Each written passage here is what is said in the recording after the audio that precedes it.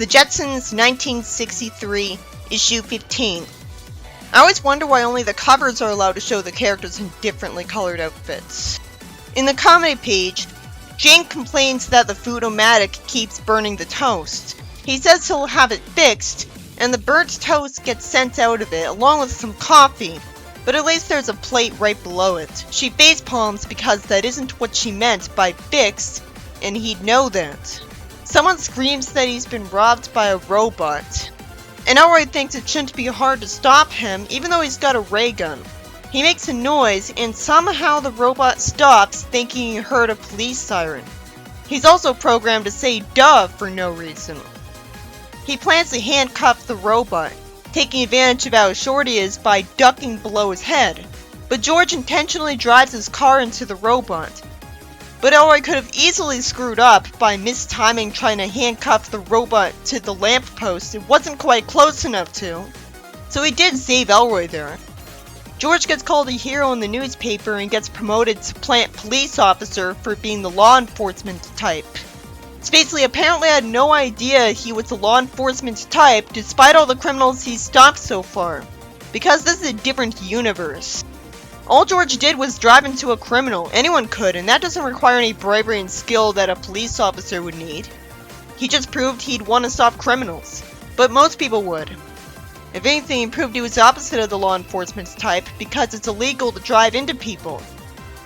He breaks his family with his new uniform, as I think that I never would have expected a factory to have a police officer of its own. All of his family's happy with him except Elroy, and it cares enough to ask him why he's so glum while actually looking concerned. Elroy says George has all the fun, and he cares enough to try to cheer him up by letting him into his workplace to watch the boss show off the plant's new electronic brain on TV. He'll get to let him in because he's the guard. Why didn't the plant always have an electronic brain to solve problems? It's the future. Spacely asks the computer a math question, and then Elroy interrupts it by asking how much late charge he should charge his dad for his pathetic allowance. Isn't it obvious he should let the computer figure out the answer to the first question first so it won't get mixed up? Elroy gets told this, but at least Spacely's in uncharacteristically good mood because he smiles while saying this. Elroy says it's not so smart after all if it can only act on one question at a time. A person would have the same limitation, but a computer's supposed to be able to multitask. Then we see the inventor of the stupid robber robot who complains to the newspaper that he always gets caught.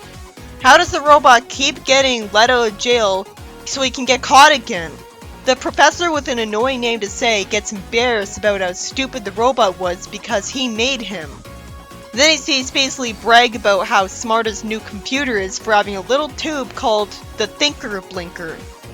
This gives him an idea, and he sends a robot flying out of his house telling it to melt the bars of Rogue's jail cell window. Rogue is the same name as the robot that Rosie stopped. Is there finally going to be continuity in this comic? Did the show get cancelled by this point? You'd think if there was continuity they'd bring the roboticizer back. The professor then goes to George and tells him to look at an alien outside, tricking him into looking out the window while he switches tubes on the computer. I thought the Thinker Blinker was exclusive to the electronic brain. He tells the guy who made a rookie mistake trusting someone who looks harmless that the reason he didn't see the alien was because of how fast it is. George hoped nobody would get hurt by it, and the professor leaves thanking George. Then he gets tempted by bags of money when the payroll's being delivered, and he thinks that with his super Thinker Blinker, of course Rogue would be able to handle a robbery. Eventually, Spacely finds out the truth, taking a bit too many panels for what could be done in one. And George is demoted to the bottom position of cellar sweeper, using a remote control to clean the floor with a broom. That actually looks a lot more fun than his normal job. So the only downside would be that he'd be paid less. He doesn't want to face his coworkers in the cafeteria, so he calls his wife to tell her to send Elroy to him with some lunch without asking questions, and turns off the call. It makes sense that he'd be like that to avoid having to tell her he got demoted. At least right away, as Elroy would tell her. Elroy's at least smart enough to get suspicious, and Rogue somehow knows how to hypnotize a bank teller into letting him cash a huge check. Being smart wouldn't let him do that. So it has to be that he always had hypnosis in him, and was just too stupid to use it. It's nice of Rogue to thank her when he doesn't have to. Elroy sees Rogue and makes a police siren noise, but of course it fails to stop him. George rides on the remote-controlled broom with Elroy standing on top and holding onto it. Rogue latches onto a monorail line for extra power, and Elroy says even electronic brains have their limits. He asks him a question, which distracts him into crashing into the hovering truck up ahead, and Elroy knew to do this because of what happened to the electronic brain, so it's a Chekhov's gun. Somehow, the Thinker Blinker goes into his mouth. George explains that the professor got arrested because of his fingerprints and he got promoted. And Elroy becomes the brains of the company somehow instead of dying from swallowing a computer part or at least needing his stomach pumped. It's like the Thinker Blinker was made of edible plastic the whole way through. Even then, it would have been dissolved in his stomach acid, so the only reason he'd be made smarter by it is if it was made by a witch and he absorbed the spell in it that made it work so well. And he wouldn't be able to officially hire him because he's a kid, so he'd have to hide it to avoid being punished for child labor. Then again, since school only lasts 2 hours in the future, maybe child labor laws got lifted because of all those kids at home with nothing to do most of the time. I wonder if that's believable. In the next story, George and Elroy are watching the space circus. He can't find Elroy, assumes the lion is just a costume for no reason, and gets saved by a stupid ray used on the lion. Elroy gets told off for releasing the lion, and he says he just wanted to prove that the clown was chicken, even though literally anyone would be afraid of an angry lion. He borrows a monkey's rocket cycle, and disrupts the elephant act just by flying past it, and he goes backstage, taking the place of a trapeze artist's partner, saying that she jumped onto the safety net when his pet mouse out of nowhere squeaked at her. Then it turns out he had gum in his mouth the whole time and yet was still able to talk no problem. His gum covers the guy's face and has him crash through the tent, creating a hole.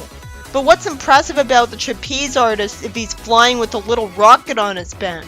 There's no danger there. Elroy luckily gets cheered for by the audience for being a comedian. But realistically, the circus workers are still mad at him for disrupting their act, requiring George to carry him while running away. The exit is blocked by an elephant, but he sees a way out and they get shot out of a cannon wearing air helmets, ending the story. Then George sees Elroy walking in a uniform, and Jane says he takes the school crossing patrol business seriously. There's a sign outside saying it's a school zone, so the speed limit is 250 miles per hour. There'd have to be some kind of G-force stabilizing field in the spaceship to make the people in the spacemobiles feel like they're driving at a normal speed, because people can only take so much G-force. George gets a ticket for speeding, with the cop having a sadistic smirk about it because he's got nothing else in his life. And then George goes home, and Jane wants to tell him what Elroy did today. George asks Elroy if he was on duty this morning, when he was clearly told he was. But it ends there without him getting punished because it's a comedy page. He was just doing his job after all. It might have felt forced into it. But I really wish the comic made it obvious what was a comedy page every time at times like this. Then George sits on a flying chair he got from the furniture store. It must have a sophisticated computer in it to navigate traffic for him like a self-driving car. But the comedy page ends with him sitting on the air dome of a car in front of him, while there's a sharp car bumper sticking out through the back of the rocket chair. He only got onto the dome because he shouted and looked panicked. But that only happened because of the sharp bumper, because he wouldn't have time to jump. But it would have already gone through him by that point. This is why bumpers on cars would never be like this, and why the rocket chair wouldn't be able to navigate traffic, because people want to be allowed to risk their lives going through with it. The rocket chair would just stop in front of a road. In the next story, George keeps Jane from pushing the button for vegetables for supper because their vegetable bill for last month is too high. He's already got the vegetables, he might as well use them. Or do they instantly get delivered on button press? He says he'll contact a new automatic vegetable supply company and have this machine taken out. So they must have to pay every time she presses a button to order vegetables. He thanks the new company, and I don't trust them. The couple gets shocked at seeing a vegetable garden, but George actually enjoys taking care of it because it's a challenge. He plans to get fertilizer, but a day later there's a huge amount of ridiculously tall weeds. How is that possible? Did someone put weeds here? There's so many weeds they grow all around his tower. George gets told to call the company, and he's told the weeds were gotten rid of, but he'll have to wait a year before planting again, because the weed killer will prevent anything from growing there for a year. He says he forgot something. Yeah, he forgot to tell him how those weeds got there. Maybe if the vegetable garden was sprayed with weed growth sprays on purpose. But it'd have to be a neighborhood prankster, because what would the company have to gain in doing something that only get people to give them up? This isn't fair. He was trying to earn vegetables the proper way, and he got punished for it. And he could have been made to suffer because he wouldn't like the vegetables as much as the ones he's used to eating. He could have gotten realistic weeds instead, and it'd be more acceptable. But it'd be way too boring compared to this, which as far as I'm concerned is taking advantage of the sci-fi environment. Even if it's not an intentional spray thing, it could be alien weeds. George tells his family he decided to save money on dairy products instead. And the story ends with there being a cow in his house replacing their dairy service machine. And there's an ice cream freeze and butter churn that Rosie's using. So Rosie's gonna be busier than ever dealing with this, and that'll inconvenience the family only by making the house take longer to clean. Still, that's not much of a price to pay when Rosie's doing all the work here. And the story ends here. Since when does it end in the middle of a page? Well, I like that they have that amount of flexibility instead of having to have it always be a certain length, because that can create padding in a story. The next story seems like it's gonna suck because an armored vehicle with an open panel in it has a bag of money fall out, and George picks it up, planning to take it to the police for a reward. But then he hears someone report on the vehicle getting stolen from, and people setting up roadblocks all over space to catch the thief. I really don't see why the bag even fell out. Like, why doesn't that happen a lot more often if it happens so easily? So the panel was open because the vehicle was just so full of bags that it must have been impossible to close it over it. But why did that bag take so long to fall out of there? And how did it get sent out of there the way it was in arc-shaped path, when it would have fallen straight down? It only makes sense if it fell because someone inside the vehicle threw it out of the panel after opening it. George assumes that if you walked into a police station with the money, they'd never believe he was trying to return it, even though that's the only reason he would go to the police station with the bag. Jane tells him what he already heard on the car radio, and he says he didn't steal anything. And he walks away thinking that she can't be trusted to believe him, even though she's his wife, and she knows him better than that. Jane says a young boy gave the cops a description of the man he saw carrying the money bag, so he runs out of the room scared. George conveniently has a fake beard, but fortunately explains why he has it. He's wearing Junior's Halloween beard. Who's Junior? Why doesn't he just say Elroy? I guess Junior is how kids are referred to in the future, in this alternate universe from all the other issues. It was surprisingly wise of him to go outside with a disguise. He tries to see if the money bag is still there, grabs Astro's tail, and finds the overly aggressive dog with a bag of money in his mouth. And somehow Astro cares enough to run away carrying the bag of money.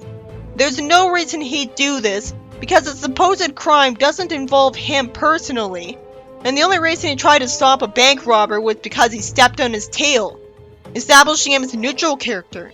He shouldn't even know about the crime in the first place because he's just a dog. Not to mention he'd recognize George on sight from the scent, but apparently he turned on him. George assumes that if the police find Astro with the money, they'll think he's guilty for sure, and he grabs Astro and removes his disguise. And Elroy greets him from behind. George puts the bag of money in his pants to hide it, as Elroy explains why in the world he's outside. Elroy asks him why he's wearing his fake beard and gets told he's cold tonight, even though he never did that in the winter, so he would have been confused by that. George idiotically throws off the beard for no reason before he'd be done with needing it. His car gets stopped by a roadblock that's on the ground. I have to assume that the only reason he didn't effortlessly fly over it was that people were trained to think it's illegal to fly over them, and that a camera would catch them. He could have very easily not had to deal with this if he flew up enough and flew through the sky until he'd see the police station below his car. George gets greeted by a cop who's drawn to smirk evilly, and yet George gets told that his story is exactly the same as the boy who told it. Why is George surprised to learn that the boy saw the bag fall? He saw him earlier. At least the story cut past him telling them the truth. And it tries to prove its sincerity by saying to let the kid have the reward.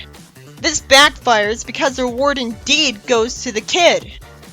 George gets told by the cops that the kid gave them George's description so they could find him before a crook did, and the news reporters got things mixed up, according to them.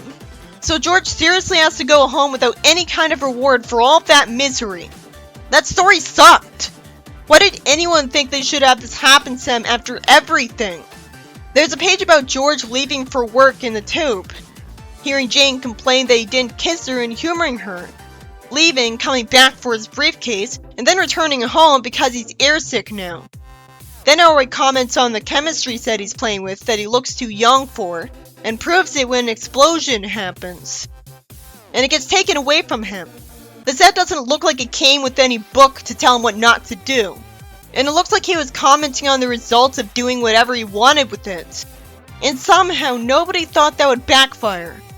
The first story was about George driving into a bank robber, and this time he does get rewarded by being promoted to a guard, where he screws up falling for the oldest trick in the book, getting the brain of the new computer stolen somehow. But his motion works out because it can ride on the remote-controlled broom to keep up with a bank robber robot using it. Then Elroy finally does get to have his moment by asking it a question and distracting it into crashing into a vehicle, saving the day and getting George's job back. I wish it was explained that the Thinker Blinker was made of edible materials to explain Elroy surviving, but instead I have to assume that. And even then, I don't get how he got made smarter. Then there's a story about Elroy misbehaving a lot at a circus just because he wanted to show the audience that the clown would be scared of a lion. Go figure, when the lion could have gotten people killed for all he knew. I was already thinking of him as a brat, so this plot wasn't that shocking, but it still exaggerated his character. He showed no signs of knowing about the stupidifying ray. And he had a very petty excuse for releasing a lion at a show where his father was in the front seats. At least George was smart by figuring out how to get him and Elroy out of the circus. And then there's the story where, with no explanation sadly, a bag of money gets tossed out of the armored vehicle driving in front of George, and George picks it up instead of minding his own business, without realizing that of course he might be accused of stealing it, because of course people would look for it immediately. He finds out his description was given to the police and wisely decides to use a disguise to get the money to them. But somehow he thinks he should get rid of it for no reason at all after talking to Astro and Elroy, the former of which was a very arbitrary antagonist for him. He doesn't even get rewarded at the end for returning the money because of something he said out of fear, which they would know he only said out of fear. The story didn't even need sci-fi technology, so it had no reason to exist in this comic considering how needlessly stressful it was.